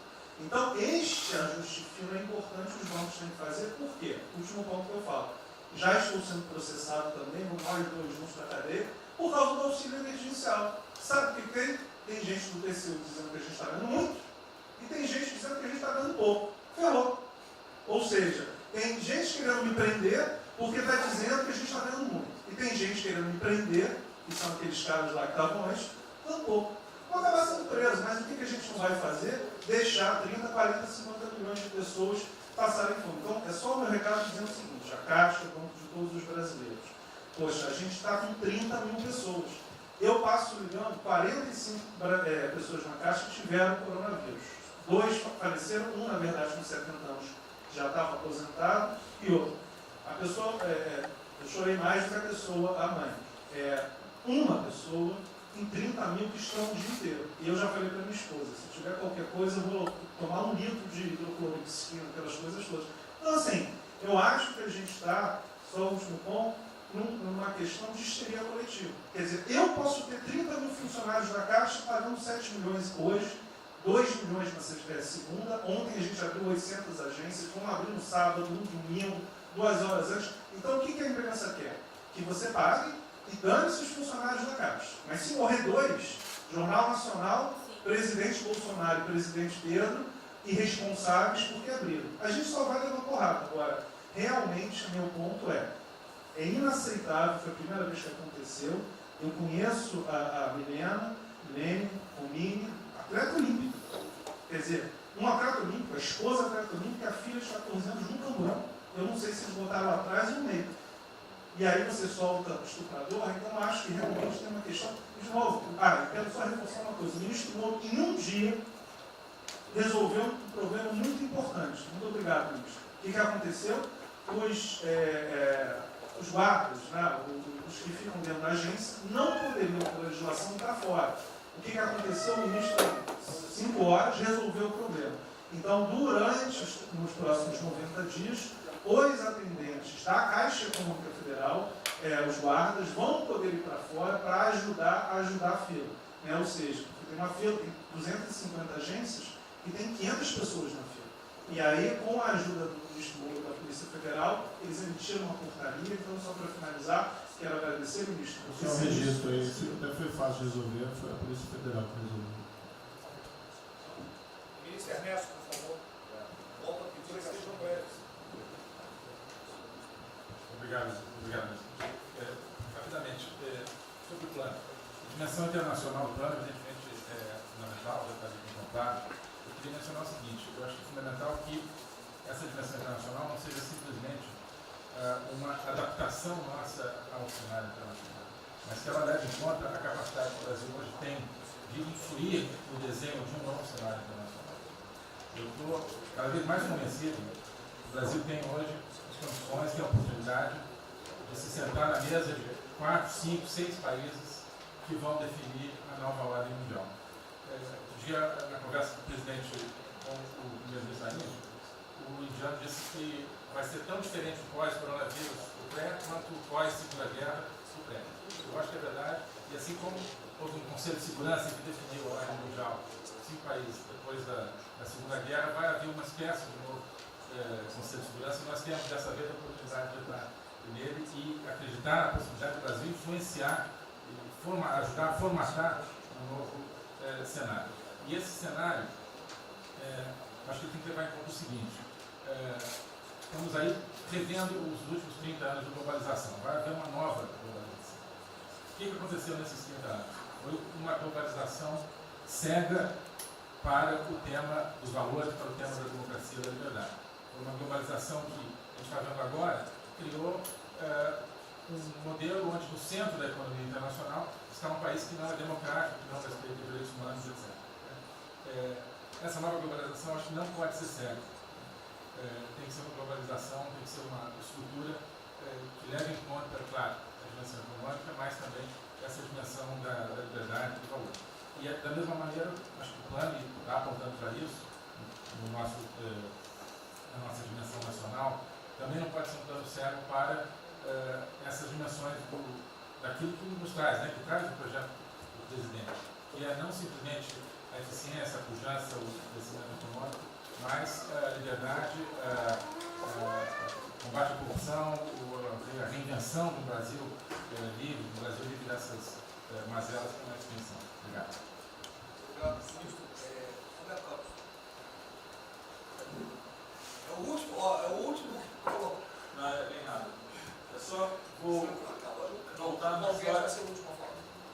contar aqui uma história breve, que é lembrar que no fim do governo Dilma a taxa de juros era 14,5%, a curva, mas a taxa longa era 20%. E aí quando a gente olha o que aconteceu e o que proporcionou a taxa de juros cair, é interessante, porque teve um dia, 18 de agosto, saiu uma manchete no jornal que todos os elementos apontavam que ia ter o teto de gastos. Naquele dia, a curva de juros começou a cair, e foi quando depois o presidente do Banco Central anterior começou a cair os juros. Ele caiu os juros até o nível de 6,5, estabilizou, teve a incerteza das eleições, com a incerteza do PT poder voltar, a taxa piorou. Depois, curiosamente, quando o mercado entendeu que ia ter a Previdência, foi quando abriu espaço para colocar os juros novamente. Então, a razão dos juros ter ido de 14,5, 15, 20 para o que está hoje foi o fato da sociedade do mercado ter entendido que o governo ia ter disciplina em relação às contas públicas. Isso a gente não pode esquecer. Tá? Me permite, Roberto, então você está dizendo aí que não só a Selic tem como uma taxa longa, nós devemos basicamente a PEC do teto, é isso? Isso. Estou dizendo exatamente isso. E depois também a Previdência. Então, dito isso, eu acho que é importante a gente passar essa mensagem. Um outro tema só, aí em relação ao plano, 3 pontos só que eu acho importantes. A gente tem feito reuniões entre os banqueiros centrais de vários países do mundo, quase todas as semanas. Eu acho que tem 3 pontos que são importantes. Primeiro, existe um consenso hoje que o mundo privado está com muito medo de tomar risco. Então, que não vai ter como ter uma saída rápida sem que o governo não entre de alguma forma tomando risco. Porque o mundo privado está com medo de tomar risco pelo fator medo. Que é o fator que o doutor mencionou, que eu acho que é muito importante. Se amanhã você demitir todo mundo no estádio de futebol, que é um jogo, será que todo mundo vai sair de casa e vai? Qual é o fator medo? E o fator medo é interessante, porque quanto mais informação você tem, mais medo você tem. Porque a mídia joga medo. Então você tem hoje uma classe mais alta que tem mais medo que a classe mais baixa, exatamente porque eles têm mais acesso à informação e a informação enviesada. Então, o primeiro ponto é esse tomar risco. O segundo ponto rápido é um tema que eu acho que está muito crescendo também, crescendo bastante, que é a análise, que a gente chama de análise intertemporal. Quando você faz uma ajuda, quando o governo faz um gasto, geralmente acontece 2 coisas. Ou você bota fundo perdido, ou seja, esse gasto não vale nada, e aí vai ter um reflexo na economia, na taxa de juros, ou as pessoas exageram falando esse gasto vai ser multiplicador. Provavelmente não é nenhuma coisa nem outra. O que eu acho que falta de analisar os gastos do governo é o quanto desse gasto que eu recupero lá na frente, via preservar empregos, via manter uma empresa viva, que ia morrer. Então, eu acho que falta análise completa do gasto. O gasto nunca é fundo perdido. Também ele nunca é muito multiplicador, ele é um meio do caminho de uma coisa e outra. E o que eu acho que falta é a análise de eu vou gastar tanto e esse gasto vai ter essa efetividade. Por exemplo, existe uma percepção do mercado que dinheiro para governador e prefeito é dinheiro jogado fora. Pode ser que seja mentira, mas existe essa percepção hoje. E tem vários vídeos rodando por aí, os senhores devem ter visto, de que o dinheiro vai para a prefeitura e não vai parar, porque vai em bem intangível, que é difícil de controlar. Vai em programa que a pessoa nunca tem como monitorar. Então, acho que é importante esse tema de fazer essa análise intertemporal e ver realmente qual é a eficiência do gasto. E por último, último ponto, conversando com investidores, a gente tem feito isso, inclusive nós fizemos uma conversa, 2 bancos centrais com investidores, inclusive de infraestrutura, e o problema principal que aparece em toda a conversa no Brasil, do investidor privado, é que no passado, toda vez que o investidor privado entrou, teve muita sacanagem. O tema da governança é super importante. Então, eu estava conversando com o Marinho, a coisa mais importante desse projeto, na minha opinião, é garantir que a governança é boa. O investidor privado ter certeza que ele vai estar junto com o governo, ou ele vai estar em grande parte tomando risco, às vezes o governo vai tomar um pouquinho, mas que é uma coisa que ele não precisa se preocupar na frente da governança. E o jeito de melhorar a governança é colocar agentes internacionais que fazem governança mundial. A gente conversou um pouco sobre isso. Só isso, obrigado. Obrigado. Ministra Damares, por favor. Perdão, Marcelo já falou? Não. Ministra Damares. Ministro, parabéns pela ideia, mas eu preciso lembrar, e eu preciso fazer sempre isso para que a gente não perca o foco, a questão de valores, ministro. Esse governo tem um pilar dos valores. Não se pode construir nada neste governo sem a gente trazer valores. Nós estamos sabendo, e a gente está falando o tempo todo, que nós não seremos mais os mesmos depois dessa pandemia. O mundo não será mais o mesmo, nós não seremos mais o mesmo, e nós vamos ter que fazer uma revisão de políticas públicas no mundo todo e no Brasil. Nós vamos ter que nos reinventar, com certeza. Neste momento, o que nós estamos vendo aqui no nosso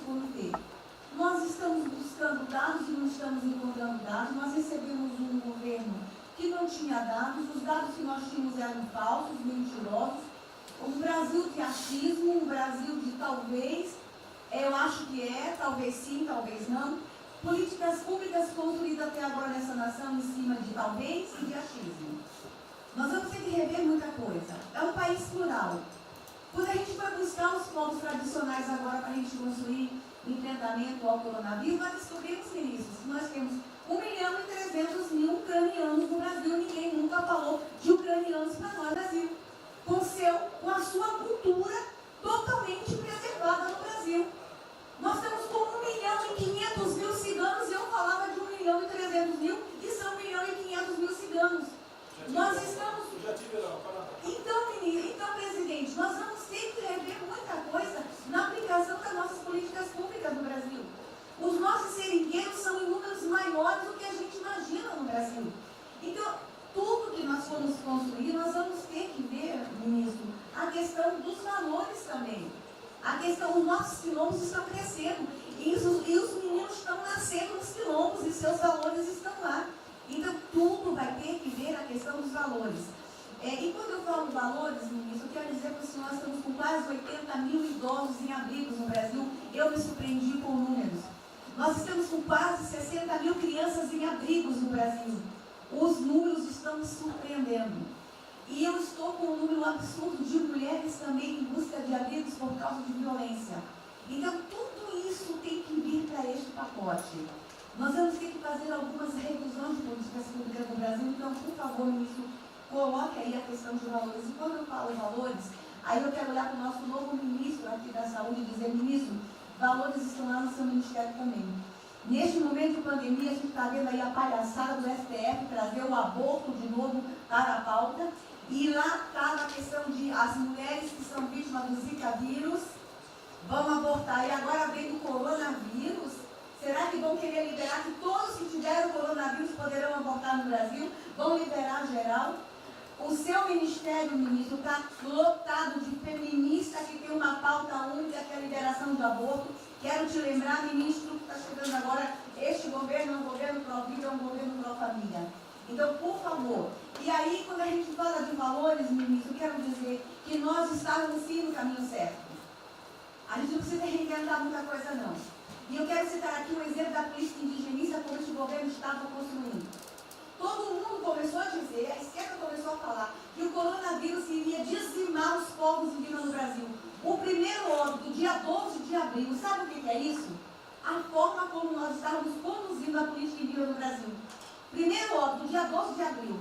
E eu fui lá para a Amazônia, em Roraima, junto com o presidente da FUNAI e o secretário nacional de saúde indígena, para acompanhar o primeiro óbito. A forma como a gente conduziu deu muito certo.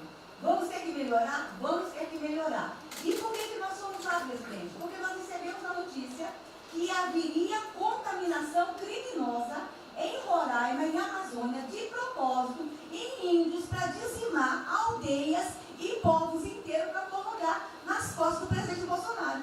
Eu tive que ir para lá com o presidente da FUNAI e me reunir com os generais da região e o superintendente da Polícia Federal para a gente fazer uma ação ali meio que sigilosa. Porque eles precisavam matar mais índio para dizer que a nossa política não estava dando certo.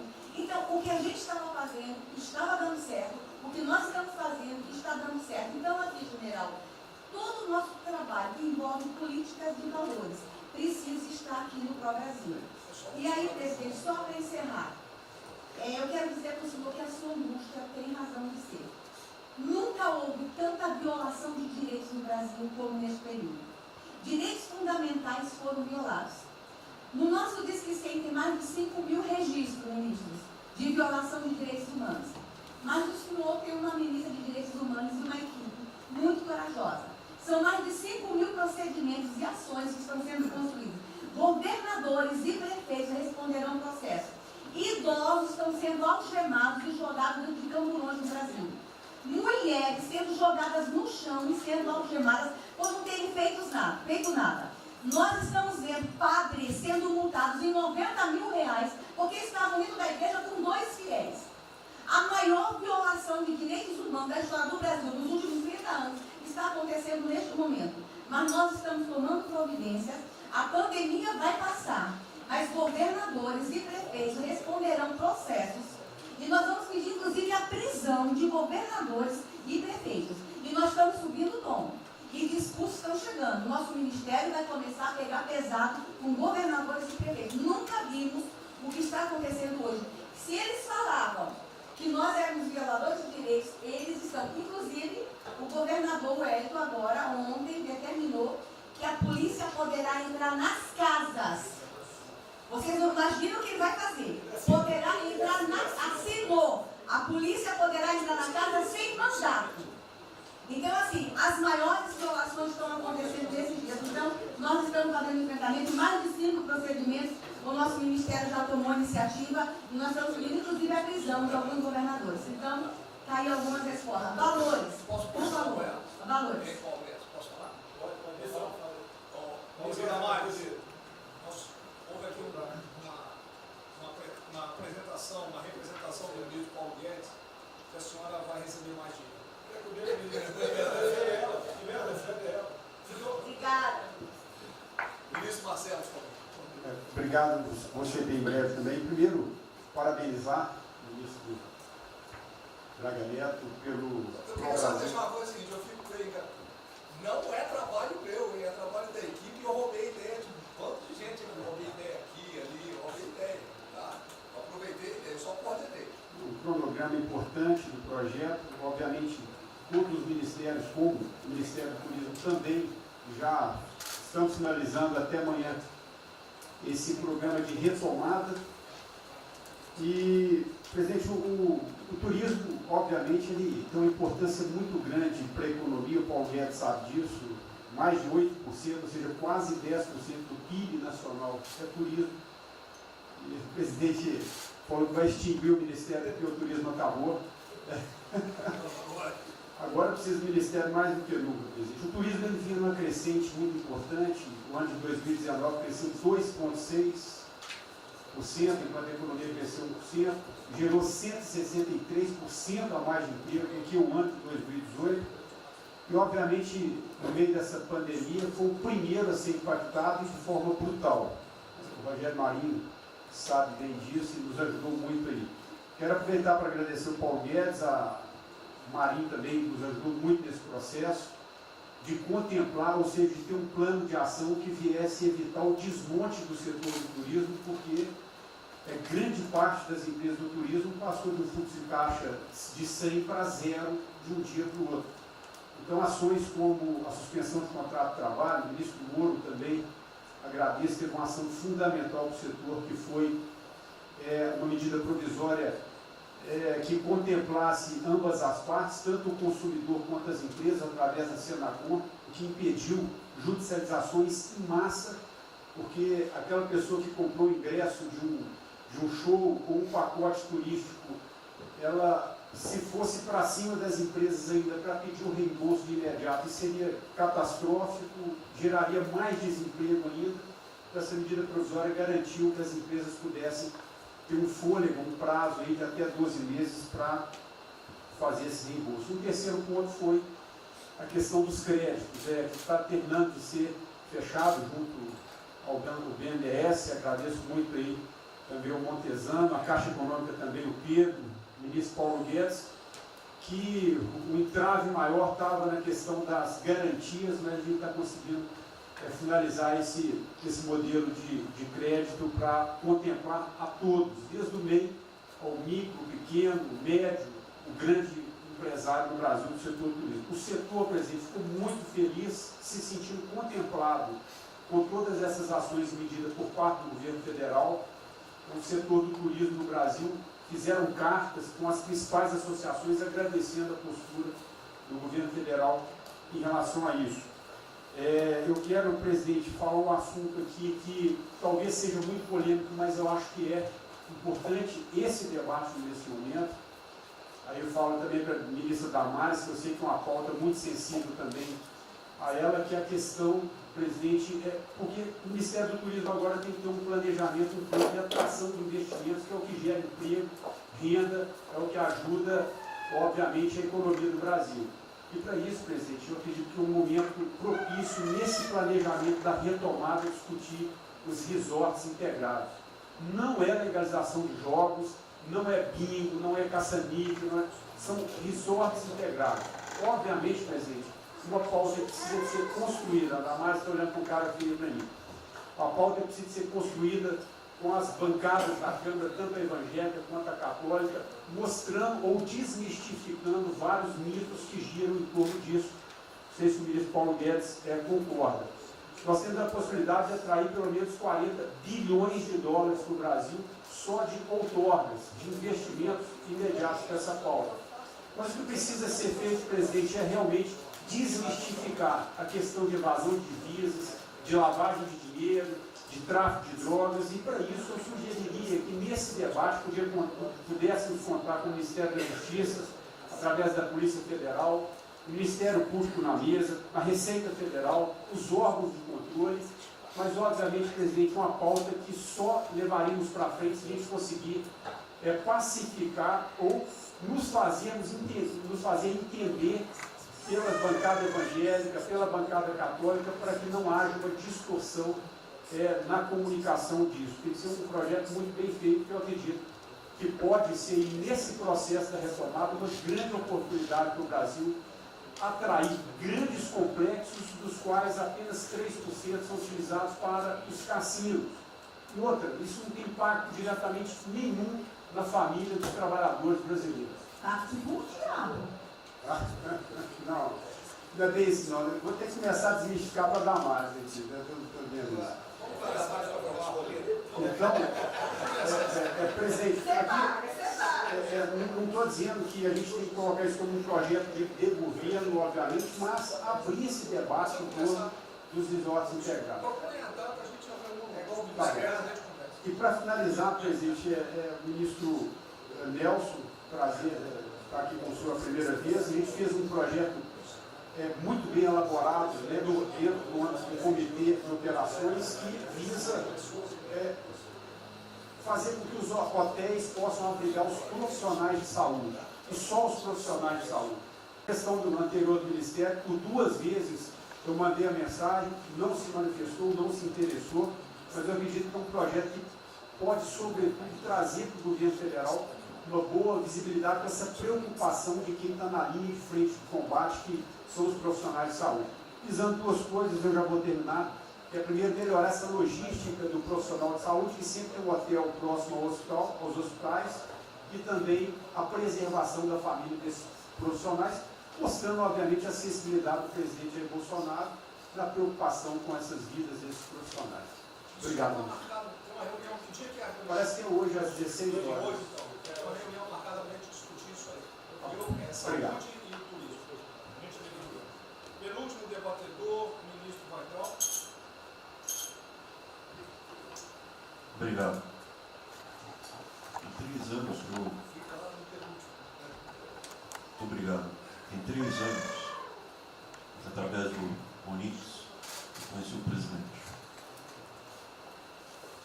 Nesses 3 anos eu não pedi uma única conselho, não tentei promover minha carreira, me ferrei na física, ameaça de morte, na universidade, e o que me fez, naquele momento, embarcar junto, era a luta pela liberdade. Eu não quero ser escravo nesse país, e acabar com essa porcaria que é Brasília. Isso aqui é um campo de corrupção, de privilégio. Eu tinha uma visão extremamente negativa de Brasília. Brasília é muito pior do que eu podia imaginar. As pessoas aqui perdem a percepção, a empatia, a relação com o povo. Se sentem inexpugnáveis. Eu tive o privilégio de ver a mais da metade aqui desse time chegar. Eu fui secretário executivo do ministro Onix. Eu acho que a gente está perdendo um pouco desse espírito. A gente está perdendo a luta pela liberdade. É isso que o povo está gritando. Não está gritando para ter mais Estado, para ter mais projetos, para ter mais... O povo está gritando por liberdade. Ponto. Eu acho que é isso que a gente está perdendo. Está perdendo mesmo. povo está querendo ver o que me trouxe até aqui. Eu, por mim, botava esses vagabundos todos na cadeia, começando no STF. E é isso que me choca. É só isso, presidente. Eu realmente acho que toda essa discussão de vamos fazer isso, vamos fazer aquilo, eu vi muitos ministros que chegaram, foram embora. Eu percebo que tem muita gente com agenda própria. Eu percebo que tem, assim, tem um jogo que é jogado aqui, mas eu não vim para jogar o jogo. Eu vim aqui para lutar. E eu luto e me ferro. Eu estou com um monte de processo aqui no Comitê de Ética da Presidência. Eu sou o único que levou processo. É um absurdo o que está acontecendo aqui no Brasil. A gente está conversando com quem a gente tinha que lutar. A gente não está sendo duro bastante contra os privilégios, contra o tamanho do Estado. E eu realmente estou aqui de peito aberto, como vocês sabem disso. Levo tiro, odeio o Partido Comunista. Que está querendo transformar a gente numa colônia. Esse país não é. Odeio o termo povos indígenas, odeio esse termo, odeio. Povos ciganos, só tem um povo nesse país. Quer, não quer ser de ré. É povo brasileiro, só tem um povo. Pode ser preto, pode ser branco, pode ser japonês, pode ser descendente de índio, mas tem que ser brasileiro, pô. Acabar com esse negócio de povos e privilégios. Só pode ter um povo. Não pode ter ministro que acha que é melhor do que o povo, do que o cidadão. Isso é um absurdo, a gente chegou até aqui. O senhor levou uma facada na barriga. Fez mais do que eu, levou uma facada. Mas eu também estou levando guardado e estou correndo risco. E fico escutando esse monte de gente defendendo privilégio, teta. Entendeu? É isso. Negócio, empréstimos. A gente veio aqui para acabar com tudo isso, não para manter essa estrutura. E esse é o meu sentimento extremamente chateado que eu estou vendo. Essa oportunidade se perder. Eu sou, evidentemente, eu estou no grupo dos ministros que está mais ligado com a militância, evidente, porque eu era um militante. Eu estava militando de peito aberto, continuo militando, do ponto de vista de carreira. Eu poderia ter tentado me dar bem. Não foi isso que eu fiz. Não foi isso que eu fiz. Sei que isso daqui é um palácio, existem intrigas palacianas, estou sendo muito franco. E a gente pode sim perder a liberdade, perder esse país. Ninguém vai se dar bem se a gente perder esse país. Quem vai se dar bem são pouquíssimas famílias. Pouquíssimas famílias. Não se iludam. Não se iludam. É isso. Deixa eu complementar aqui. O que o Ventório está falando, estou com 65 anos, a gente vai se aproximando do que não deve. Eu já tenho me policiado tocante a isso daí. São pessoas aqui em Brasília, os três poderes, que não sabem o que é povo. Eu converso com alguns, não sabem o que é um feijão com arroz, não sabem o que é um supermercado, esqueceu. Acho que o dinheiro cai do céu. Eu estou com meus privilégios garantidos, meus 100 mil por mês, em média, 100 mil por mês, a galera, né? Legalmente. E acho que isso não vai acabar nunca. Como alguns acham que a liberdade, qual é desse cara? Tá maluco? Eu estou vendo mais antigo aqui, o João Helena aqui. Ele sabe o que foi 64. Muitos aqui não sabem. Essa cambada que tentou chegar no poder de 64, se tiver chegado, ele estava fudido todo mundo aqui. Cortando, ele estava felicíssimo cortando cana, ganhando $20 por mês. Não pode esquecer disso. Nós não podemos esquecer o que é esse povo. Eu vou convidar os ministros para domingo e passar essa semana. Convite, né? Não é missão, não, convite. Para ver como é que está o cara na esquina. Para ver uns merda para falar aí, né? Uns merda de sempre. O cara rompeu o isolamento, está dando peça. Tem peça pro cacete, pô. Está passando fome, está na merda, pô. Sentiu o cheiro de povo. Como eu falei lá. É uma experiência para todo político sentir e lá ver como é que está o negócio. Ou a gente tem que estar como se fosse, né, um general na retaguarda e deixar a tropa se ferrar na frente. Não, o general está na frente, o coronel está na frente, o capitão está na frente. nossos heróis da Segunda Guerra Mundial estiveram na frente do campo de batalha. Se precisar aqui, tenho certeza, nas Forças Armadas vão cumprir com o seu papel, mas nós temos que dar exemplo e mostrar que o Brasil não é. Eu sou mais educado que o Ventral, até me poli muito, o linguajar que ele usou, mas não é isso. Que o pessoal pinta por aí, se reunindo de madrugada, para lá, para cá, sem informações. O meu funciona. O meu particular funciona. Os que tem oficialmente desinformam. E voltando ao tema, eu prefiro não ter informação do que ser desinformado por cima de informações que eu tenho. Então, pessoal, muitos vão poder sair do Brasil. Mas não quero sair, ver a minha irmã de Eldorado, outra de Cajati, o coitado do meu irmão, capitão do exército de Miracatu, se fuder, pô. Como é perseguido o tempo todo. É a posta da Folha de São Paulo, diz que meu irmão foi expulso de um açougue em Registro, que estava comprando carne sem máscara. Comprovou no papel, estava em São Paulo esse dia. O dono do restaurante, do açougue, falou que não estava lá. E fica por isso mesmo, isso aqui é problema dele. Né? Mas é putaria o tempo todo para me atingir, mexendo com a minha família. Já tentei trocar gente da segurança nossa no Rio de Janeiro, oficialmente, e não consegui. Isso acabou. Eu não vou esperar fuder minha família toda, de sacanagem, ou amigo meu, porque eu não posso trocar alguém da segurança na ponta da linha que pertence à estrutura. Vai trocar. Se não puder trocar, troca o chefe dele. Pode trocar o chefe dele? Troca o ministro. E ponto final. Não estamos aqui para brincadeira. Eu tenho um garoto aqui, com todo respeito, do BNDES. Eu conhecia, ele usava calção lá. Pode ver os Estados Unidos para cá, podia estar muito bem lá. Veio para cá, eu tentava voltar ao Brasil com o vídeo do Paulo Guedes. E amigos dos pais dele, eu conheci ele, né, Paulo Guedes? Eu não lembro dos teus pais, não de você, tá certo? Mas alguém que está investindo aqui. E todos nós temos que pensar nisso. O que esses filhos de Maia querem, é a nossa liberdade. Olha, como é fácil impor uma ditadura no Brasil, como é fácil. O povo da América, por isso que eu quero, de ministro da Justiça e ministro da Defesa, que o povo se arme, que a garantia que não vai ter um filho da puta aparecer para impor uma ditadura aqui. Que é fácil impor uma ditadura, facílimo. Um bosta do prefeito, faz um bosta no decreto, algema e deixa todo mundo dentro de casa. Se ele tivesse armado, ia para a rua. E se eu fosse ditador, né, eu queria desarmar a população, como todos fizeram no passado, quando queriam, antes de impor a sua respeito da ditadura. Aí, que a demonstração nossa, eu peço ao Fernando e ao outro, que, por favor, assine essa portaria hoje, que eu quero dar um puta do recado para esses bosta.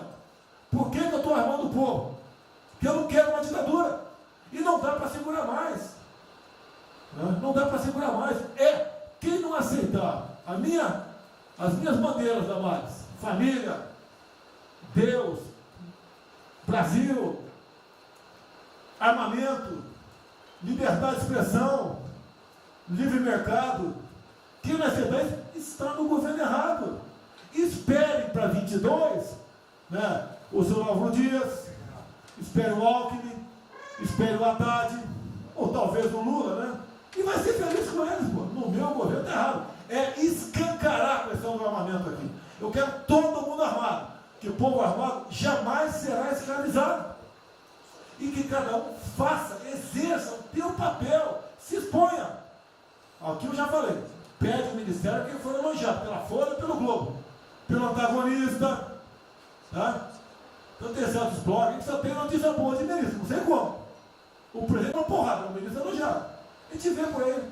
O governo tá, o Ministério do Bem, apesar do presidente. É pra puta que eu pariu, porra. Eu disse, cadê o time, porra? Trocamos time, espero trocar mais ninguém, espero. Mas nós temos que, na linha do Van Traub, de forma mais educada um pouquinho, se preocupar com isso. Que os caras querem é a nossa hemorroida, é a nossa liberdade. Isso é uma verdade. O que esses caras fizeram com o vírus, esse bosta desse governador de São Paulo, esse estrume do Rio de Janeiro, entre outros, é exatamente isso. Aproveitaram o vírus, está um bosta do prefeito lá de Manaus agora, abrindo cobras coletivas. Um bosta, que quem não conhece a história dele, procure conhecer, que eu conheci dentro da Câmara aqui do meu lado. Né? E nós sabemos que a ideologia dele e o que ele prega. E que ele sempre foi. O que está aproveitando agora, um clima desse, para levar o terror no Brasil. Né? Então, pessoal, por favor, se preocupe, que é mais importante que a vida de cada um de vocês, que é a sua liberdade. Se não me preso, não vale porra nenhuma. Bom, presidente, esses valores, esses princípios, e o alerta do Ventral é válido também, como sua evocação, é que realmente nós estamos todos aqui por esses valores. Estamos aqui por esses valores. Nós não podemos esquecer disso. Nós podemos conversar com todo mundo aqui, porque é o establishment, porque nós precisamos dele para provar coisas, mas nós sabemos que nós somos diferentes. Nós temos noção que nós somos diferentes deles. E quando eles cruzam a linha, a gente solta a mão e sai andando sozinho. Enquanto eles estiverem no trilho conosco, no caminho, fazendo as reformas que nós prometemos, nós estamos juntos. Mas que o cara soltou a mão, passou para o lado de lá, ele deixa o cara sozinho, a gente continua sozinho, vai procurar outra conversa, em outro lugar. Então, eu acho que manter essa ideia que nos trouxe aqui, e eu tenho dito isso em todo lugar, e lá fora, eu converso, semana passada eu conversei com os ministros da Fazenda de G20, conversei com os ministros também de Economia dos BRICS, e a mensagem que eu levo é sempre a mesma: o Brasil vai surpreender o mundo. Vocês duvidaram da nossa democracia, duvidaram do nosso presidente é democrático e vai fazer as mudanças. E aprovamos a reforma da Previdência no ano passado, enquanto os franceses fizeram passeatas com outra reforma da Previdência. Agora, não é uma coisa, por exemplo, nós vamos continuar aprofundando as reformas, nós vamos seguir.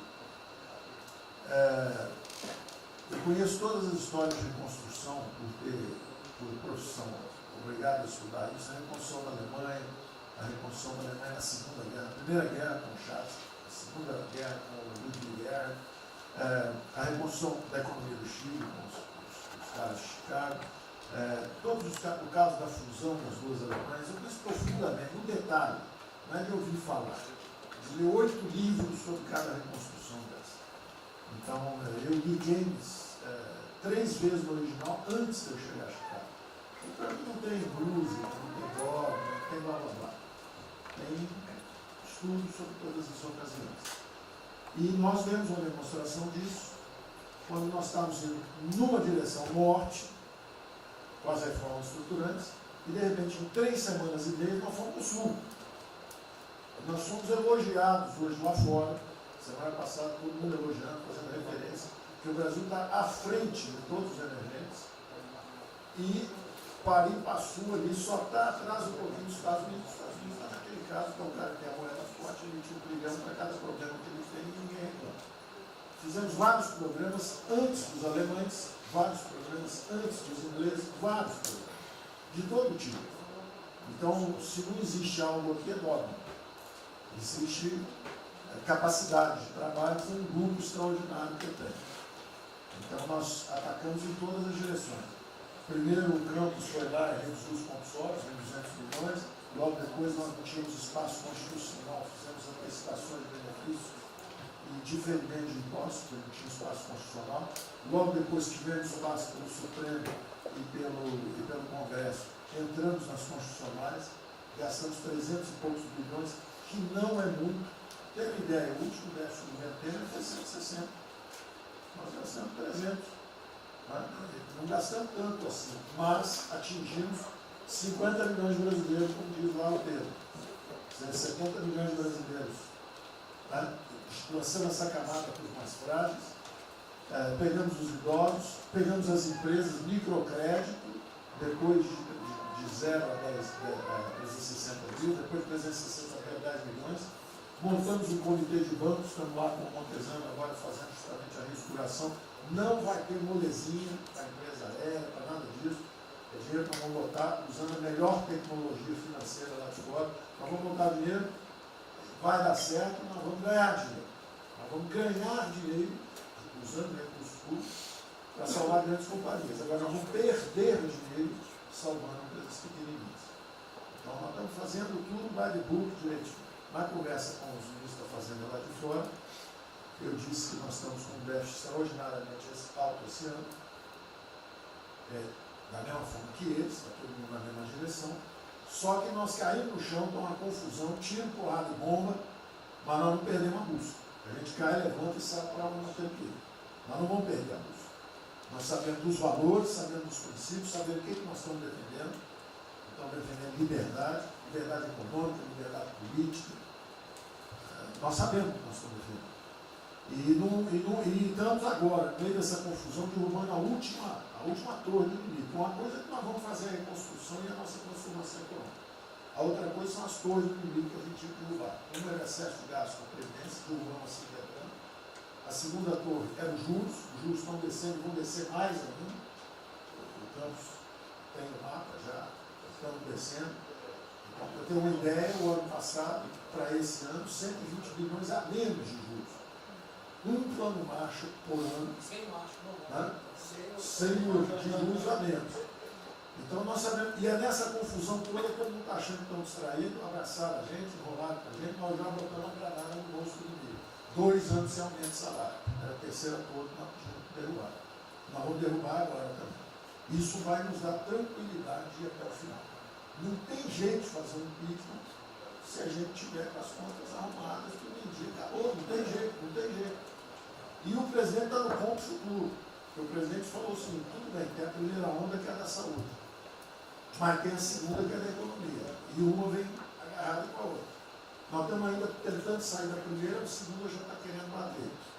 Eu ainda acho que nós estamos preservando os sinais vitais da economia brasileira. Ela, para mim, ainda é um urso hibernando. Baixa sua energia para zero, consumo de energia para quase zero, só respira. Mas quando você sai da luta, você sai para comer o primeiro bicho não passar, você tem força. Nós não podemos deixar isso graças à super safra da nossa Tereza, à logística do Tarcísio, a comida está chegando, as exportações estão subindo, a China é aquele cara que você sabe que você tem que aguentar, porque para vocês terem uma ideia, para cada $1 que a gente exporta para os Estados Unidos, exporta 3 para a China. Você sabe que ele é diferente de você sabe que geopoliticamente você está do lado de cá. Então você sabe o seguinte, não deixa jogar fora aquilo ali não, porque aquilo ali é comida nossa, né? Estamos exportando para aqueles caras. Não vamos vender para eles, é um político nosso. Mas vamos vender a nossa soja para eles. Isso a gente pode vender à vontade. Eles vão comer. Eles vão comer. A Índia também vai precisar comer. Vai ser o trading da água. Eles vão dizer que é a melhor trading da água. Um dia alguém comentou comigo, acho que foi o Campos, não foi o Campos? É o trading da água. Quer dizer, os caras precisam de alimento, não tem água, nós temos muito mais água que eles têm. Então eles vão ter que abrir mão da agricultura para fazer outras coisas e nós vamos poder exportar para eles também. Então nós temos um mapa de voo bom, nós temos uma equipe jovem, preparada, todo mundo trabalhando junto, e nós não vamos perder o rumo, nós não podemos perder o rumo. Então vai ter muita conversa, vamos para cá, vamos para lá, vamos fazer isso, vamos fazer aquilo, não vamos perder o rumo não. Pode dar vestimento, bota perucadora, passa batom vermelho, faz uma opção de coisa que for necessária politicamente, mas não vão perder o rumo econômico, não, nós sabemos onde nós estamos indo. Então, eu estou só dando uma mensagem de tranquilidade para todo mundo aqui, que é o seguinte, nós não estamos fazendo nada exótico, dogmático, nada disso. Nós estamos indo numa direção, fizemos o que o mundo inteiro fez, em 3 semanas e meia, nós fizemos o que o mundo inteiro fez, só que nós não vamos perder o rumo, não. Nós sabemos para onde nós vamos voltar já já. Tá certo? E se o mundo for diferente, nós vamos ter capacidade de adaptação. Por exemplo, eu já tenho conversado com o ministro da Defesa, já conversamos algumas vezes, quantos 200 mil, 300 mil, quantos jovens aprendizes nós podemos absorver nos quartéis brasileiros? 1 milhão?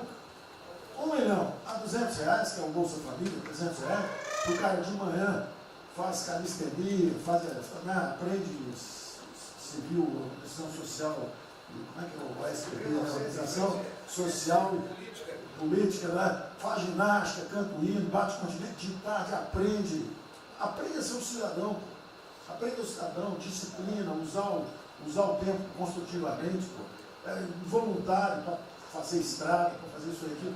Sabe quanto custa isso? R$200 por mês, 1 milhão de cada, 200 milhões, pô. Joga 10 meses, 2 bi, isso é nada. Então nós vamos pegar na reconstrução, nós vamos pegar 1 bilhão, 2 bilhões e contrata 1 milhão de jovens aqui. A Alemanha fez isso na reconstrução. Aí você também quer fazer estrada, precisa de 3, 4 milhões a mais, tem um orçamento de 8, toma aqui seus 4 milhões. Isso não faz falta. Não faz falta. Não é isso o problema. A mesma coisa o nosso programa do jogo, lá nos recursos integrados, não tem problema nenhum, são milionários, executivos do mundo inteiro. O cara vem, fazem convenções, olha, o turismo saiu de 5 milhões de Singapura para 30 milhões por ano. O Brasil recebe 6. Uma pequena cidade recebe 30 milhões de turistas. O sonho do presidente de transformar o Rio de Janeiro em Cancún, Maior dos Reis em Cancún, aquilo ali pode virar um raio. Entendeu? A mesma coisa a Espanha. Espanha recebe 30, 40 milhões de turistas. Isso é uma cidade da Ásia. Macau recebe 26 milhões hoje na China.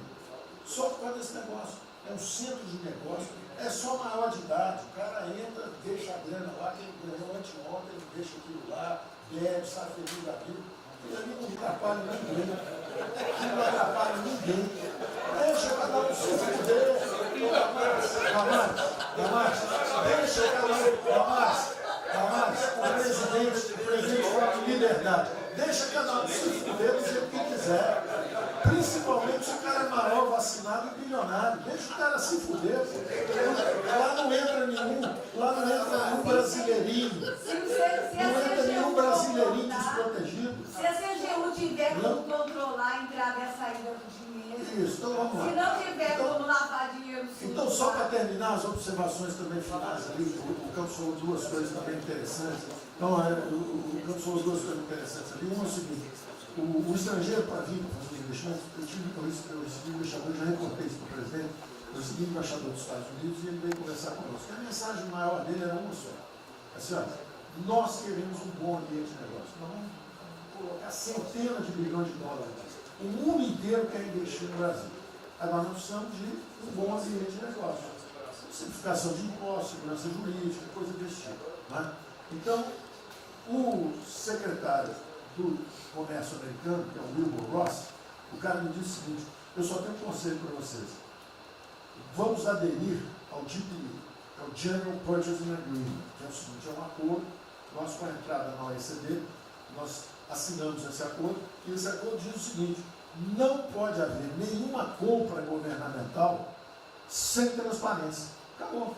Então não basta a gente fazer isso, quer dizer, não vai fazer concorrência para concessão, privatização. Então nós já estamos na pista certa, já estamos indo na direção certa. Só uma informação sobre isso aí. Eu fiz uma reunião com o pessoal da CDE essa semana, agora foi semana passada, falando do nosso interesse. Eles falaram que já nos consideram da CDE.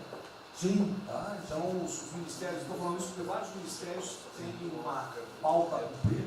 Vamos continuar nisso porque vamos dizer, a impressão foi excepcional. Isso, só um dado aqui do OCDE,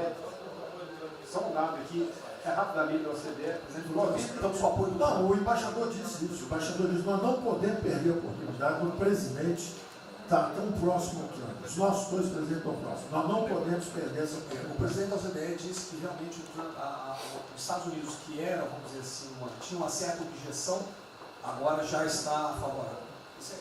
Ministro, é só um dado: a OCDE, 90% dos países que hoje integram a OCDE já contam com os resorts integrados. Os outros 10% são muçulmanos. 88% tem um ensino domiciliar. Então a gente vai entrar com a MD hoje lá, tá? Vamos escolher. Pronto, obrigada.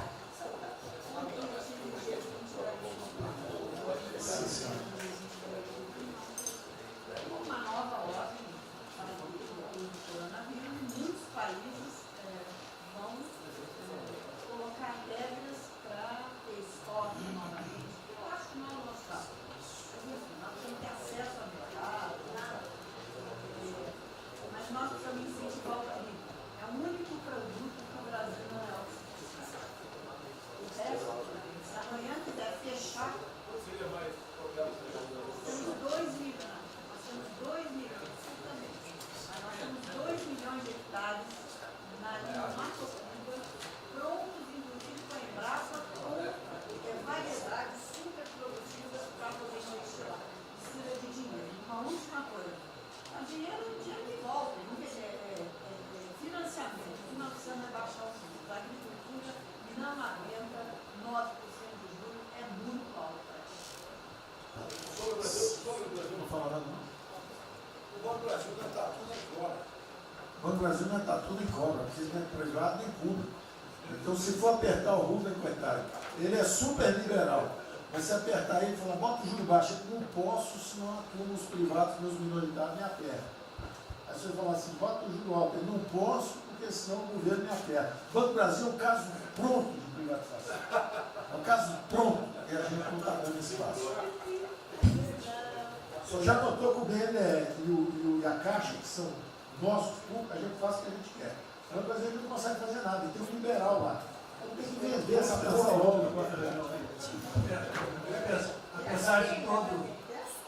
Apesar de todo aumento de risco que passou a haver no sistema bancário, o Banco do Brasil está expandindo bastante seus empréstimos. E a agricultura, a ministra Tereza Cristina testemunha aqui de que o apoio está sendo muito grande.